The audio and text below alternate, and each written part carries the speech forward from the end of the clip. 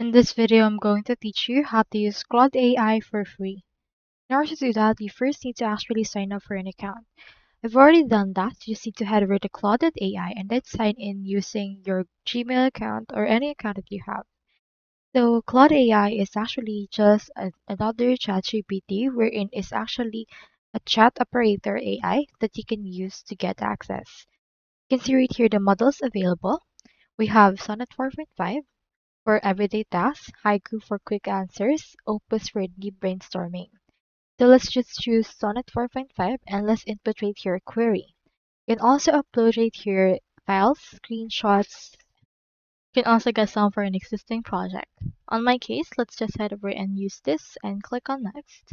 And then it should be able to give us the answer to our actual query. So from in there, just wait for this to actually load. And here it has given us this particular answer. So that's all there is today, and I hope this video helped you out.